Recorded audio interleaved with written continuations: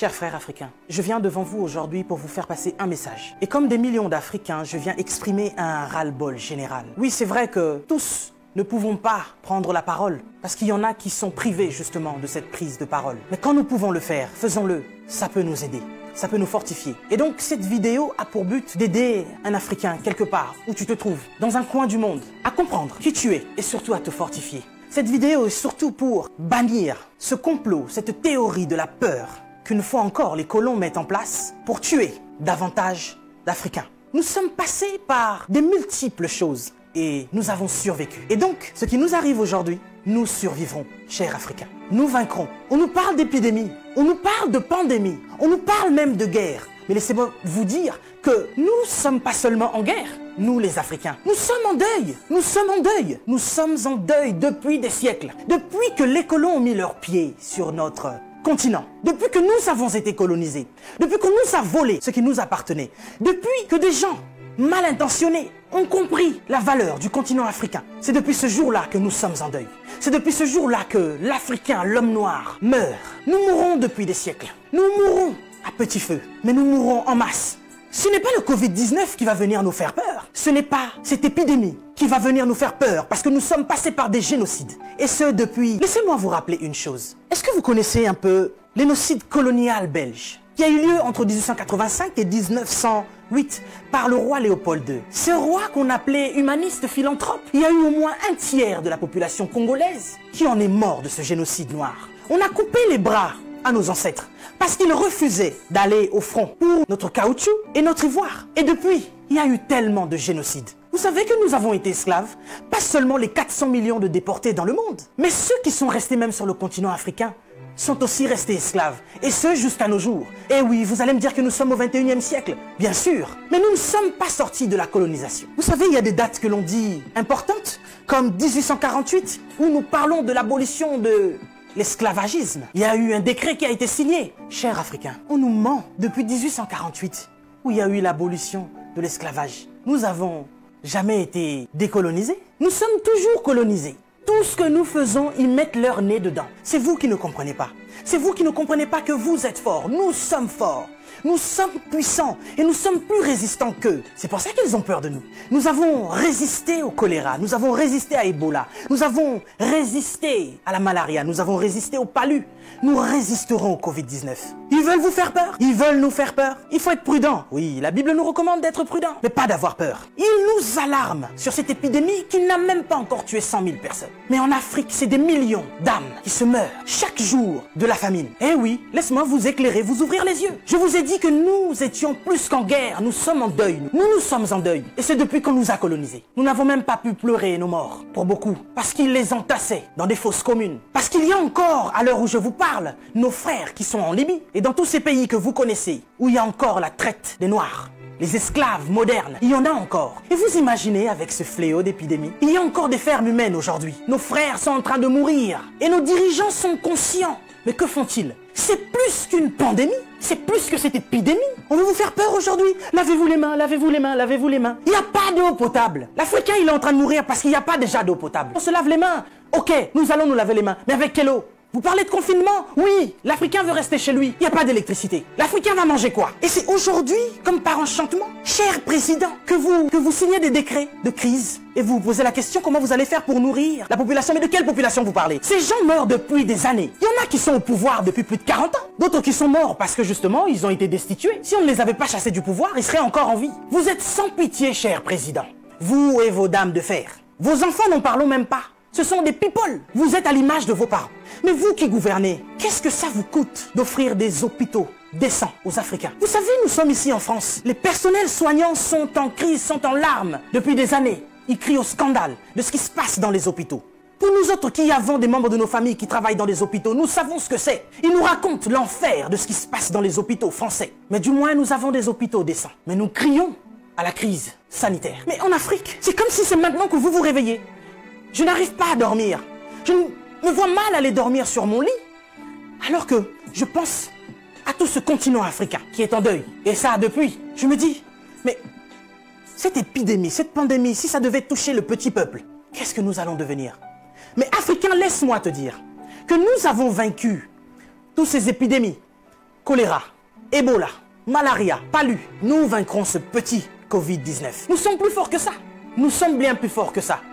Peut-être que je ne suis pas au courant, mais jusqu'à présent, ceux qui ont apporté cette épidémie, ce sont des gens qui sont venus de l'extérieur, les étrangers. Et puis ça touche des personnes qui sont bien placées, des gens qui, je pense, ont une belle vie. Mais ce petit peuple qui vit dans des bidonvilles, ce petit peuple qui vit des conditions sanitaires incroyables, Dieu préserve ce peuple. Cher Africain, laisse-moi te dire que tu es fort. On veut t'affaiblir mentalement pour te faire comprendre que tu es faible. Et voici que ça fait des siècles que l'homme noir meurt de la drépanocytose. Personne ne cherche le vaccin. Personne ne cherche à soigner cela parce que, dit-on, c'est la maladie des Noirs. Mais soudainement, on nous parle d'un vaccin pour aider la population noire face à cette pandémie de Covid-19. Nous n'avons que faire de vos vaccins. Et nous n'en voulons pas. Si vous avez envie de faire des tests, testez vos animaux, vos chiens, vos chats. L'homme africain n'est pas un animal. Nous ne sommes pas des cobayes de vos labos pour que vous commenciez vos tests sur nous. Ça fait des siècles que vous nous testez. Ça fait des siècles que vous nous faites souffrir. Depuis que vous avez découvert que le continent africain était le jardin d'Éden, vous ne voulez pas nous lâcher. Nous souffrons, mais nous sommes en train d'enrichir plusieurs. Nous mourrons de faim alors que nous nourrissons plusieurs. Quelque chose m'a fait rire il y a quelque temps. 23 Italiens retrouvés clandestinement sur un port nigérian. Ah, depuis quand l'Italien rentre clandestinement au Nigeria? Parce que vous voulez aller vous réfugier en Afrique maintenant? Il n'y a pas très longtemps, sur vos côtes, vous chassiez les migrants de vos côtes. Votre Premier ministre a dit qu'il ne voulait plus. Il en avait marre de cette invasion africaine sur ses sols.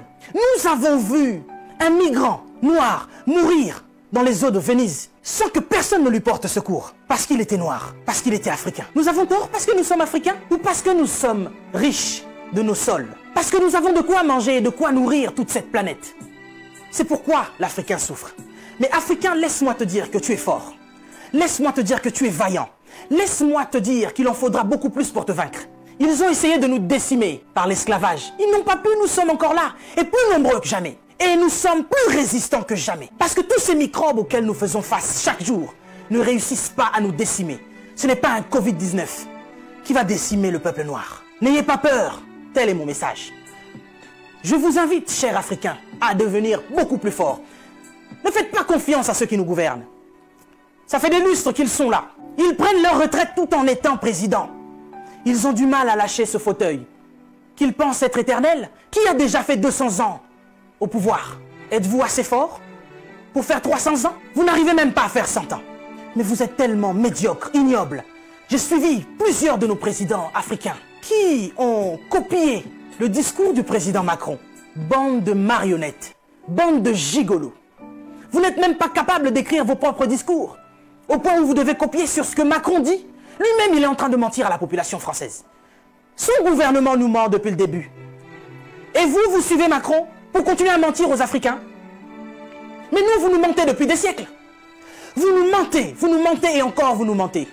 Pour remplir vos poches. Vous vivez dans des palaces, mais vous ne vous souciez même pas de ce que l'Africain doit manger. Oui, nous sommes en deuil. Et depuis des siècles, nous sommes en deuil. Parce que nous ne pouvons pas manger à notre faim. Parce que nous ne pouvons pas avoir de l'eau potable. Parce que nous ne pouvons pas avoir de l'électricité. Regardez à l'est de la RDC. Il y a un génocide qui perdure. Des gens meurent. Qui en parle? C'est sous silence. Et aujourd'hui, l'OMS vient nous parler de la pandémie de l'épidémie qui n'a même pas fait 100 000 morts dans le monde. Ces millions de Congolais qui meurent chaque jour. Qu'est-ce que vous en faites? Vous nous parlez de crise? Vous voulez prendre des décisions de crise? Mais nous, ça fait des siècles que nous sommes en crise. Qu'est-ce que vous faites, cher président? À part manger et boire et faire des fêtes. Vous parlez confinement? Oui, l'Africain accepte. Mais nous sommes en confinement, nous, depuis des siècles. Les gens meurent tous les jours de la famine. Ça, ce n'est pas une épidémie. Ce n'est pas une pandémie. Des jeunes filles se font exciser tous les jours en Afrique de l'Ouest. Boko Haram est en train de exterminer des gens. Ils violent des femmes. Ils séquestrent des jeunes filles. Boko Haram, qui leur vend des armes? Qui en parle? Et à cause du Covid-19, vous voulez faire paniquer les Africains qui vivent déjà en panique depuis des siècles. Quand nous voyons nos frères qui essayent de fuir leur continent et qui meurent dans les eaux de la mer, ça c'est un génocide qui perdure depuis des siècles. Et nous en avons marre, nous en avons assez.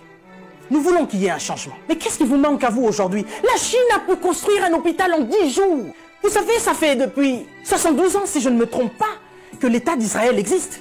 Il y a quelque temps, Dubaï était un désert. Mais regardez aujourd'hui ce qu'ils ont fait. C'est parce qu'ils sont ensemble qu'ils ont pu construire ce qu'ils ont fait. Mais qu'est-ce qui vous manque, cher président africain, pour nous construire des hôpitaux décents? L'Angleterre a pu construire un hôpital en 2 semaines seulement pour faire face à cette crise sanitaire. Dieu est bon. Le Covid-19 est tellement impoli qu'il ne regarde même pas qui vous êtes. Président ou pas, il s'en fout. Il n'a pas respecté la reine d'Angleterre. Il est entré dans son palais, il a touché Charles. Il n'aura pas peur de vous. Mais par contre, là, vous êtes cuit. Puisque vous ne pouvez pas prendre vos avions pour venir vous faire soigner ici. Soit vous survivrez, soit vous mourrez. Africain, réveille-toi. Africain, lève-toi. Si Martin Luther King est mort, si Rosa Parks est mort, si Malcolm X est mort, si Mandela est mort, si Winnie Mandela est mort, nous sommes là pour porter encore plus haut l'étendard de l'Afrique. Et continuer à dire que tant que nous aurons le souffle de vie, nous allons continuer nos revendications. Si cette épidémie ne vous réajuste pas, ne vous enseigne pas, pire va encore arriver. Vous passerez, l'Afrique sera encore là, et l'Africain aussi. Cessez votre méchanceté, cher président. Donnez-nous de l'eau, donnez-nous de l'électricité, construisez des hôpitaux, arrêtez de faire mourir l'Africain par la faim, parce que nous, c'est pas le Covid-19 qui nous tue. Nous mourrons déjà de la famine. Pendant que vous avez fait des provisions pour vos maisons, ce petit Africain, il va manger quoi, lui? Cette épidémie passera. Nous sortirons de là, certainement. Mais vous n'allez pas vous en sortir ainsi, devant le tribunal de Dieu. Mais avant le tribunal de Dieu, ici sur cette terre, vous serez jugés. Africain, sois fort. Que personne ne te fasse peur. Respectez les règles d'hygiène, mais n'ayez pas peur. Nous sommes forts. C'est Dieu qui nous protège. Et que Dieu vous protège, cher Africain. Que Dieu vous garde là où vous êtes. Le combat n'est pas encore fini. Ça ne fait que commencer. Que Dieu nous fasse justice.